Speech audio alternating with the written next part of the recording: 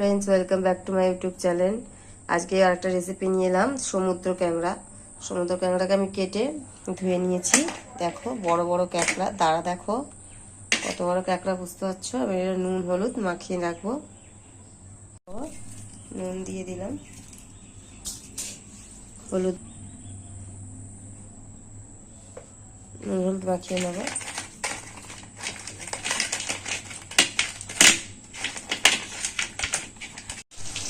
কড়াই তেল বসিয়ে দিয়েছি, কাঁকড়াগুলোকে ভেজে নেবো। গরম হয়ে গেছে, কাঁকড়াগুলো আমি ছেড়ে দেবো।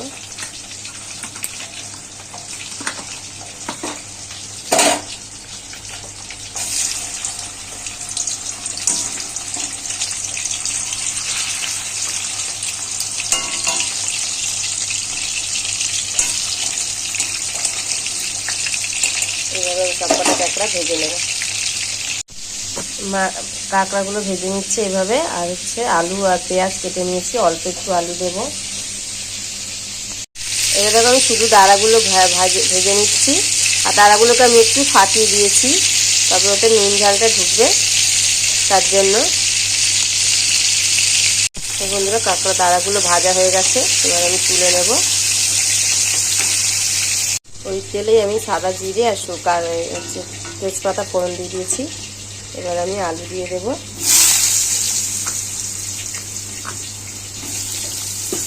আলু আর পেঁয়াজটাও দিয়ে দেবো। আর একটু ক্যাপসিকাম আছে, ক্যাপসিকামও দিয়ে দেবো।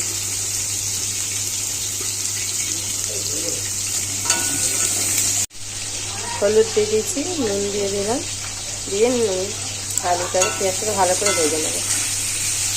এবার আমি টমেটো দিয়ে দেবো।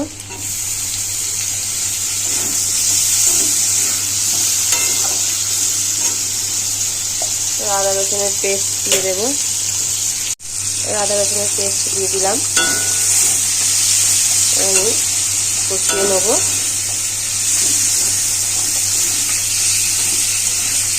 লঙ্কার গুঁড়ো, হলুদ গুঁড়ো দিয়ে দিয়েছি। আর হচ্ছে আমি আদা রসুন পেস্টের ধনে জিরে পেস্ট করে রেখেছি এর সাথে। মশলাটা একটু কষে গেলে তারপর আমি জল দিয়ে দেবো। একটু হালকা জল দিয়ে একটু কষে নেব। দেখো তেলটা ছেড়ে দিয়েছে মশলা থেকে। এবার আমি জল দিয়ে দেবো।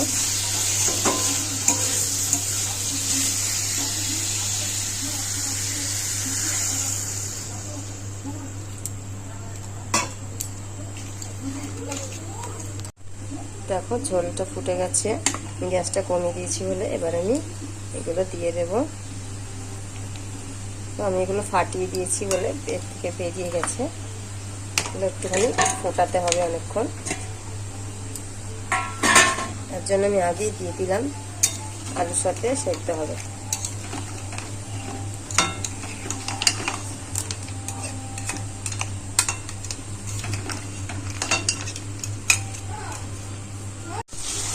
বন্ধুরা, তারপরে আমার আলুগুলো সেদ্ধ হয়ে গেছে, আর একটু জল মরবে, তারপরে আমি নামিয়ে দেবো।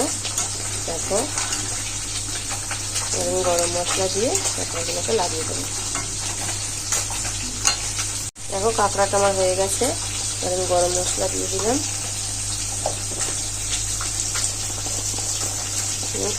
গামাখা করেছি। দেখো একদম শুকনো শুকনো, নাহলে কিন্তু ভালো লাগবে না।